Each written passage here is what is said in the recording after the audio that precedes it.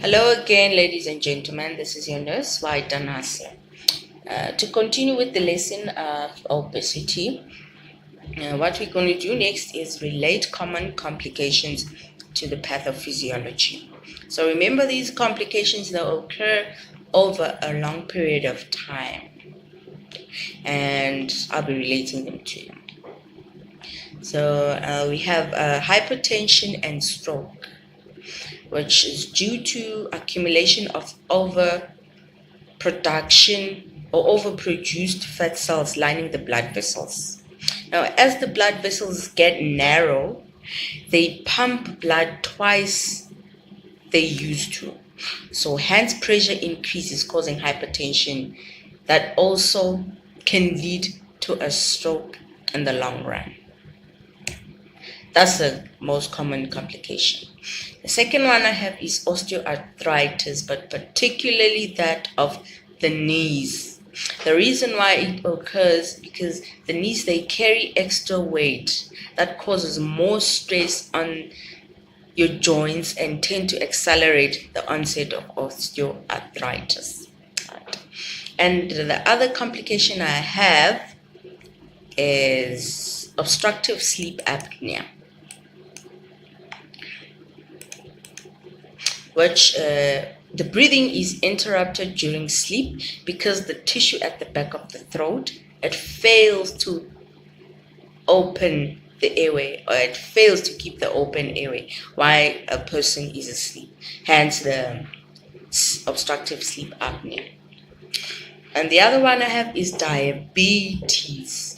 This is where the body cannot use insulin efficiently to admit glucose into cells, where it can be used or stored for energy. So now this is called insulin resistance. That's what happened. So in the long run, it leads to diabetes type 2. Okay. And the last one I have, which are the most common ones, is cancer of the endometrium, or cancer of certain cancers.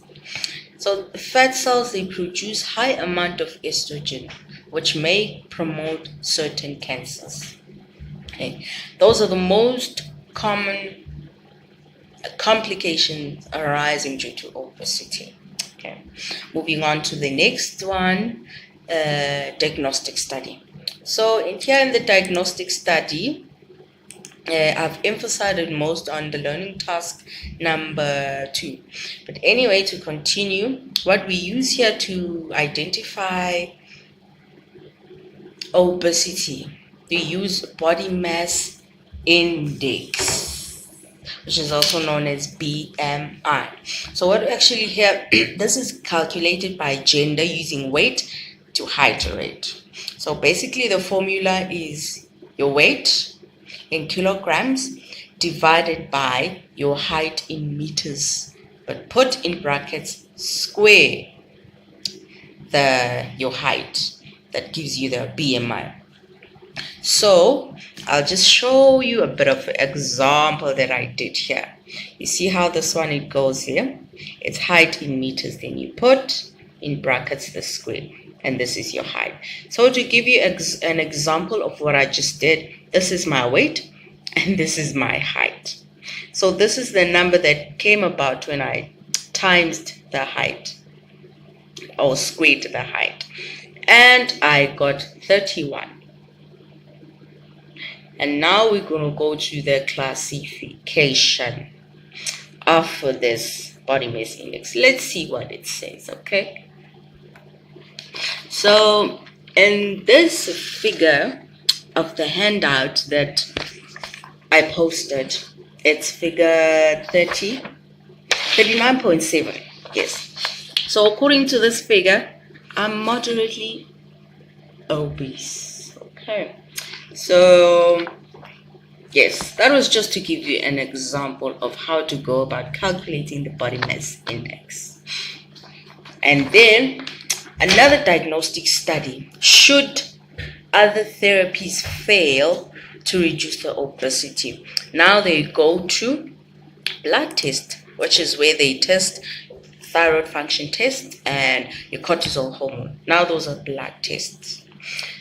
And that should come back to the diagnostic studies and rule out obesity.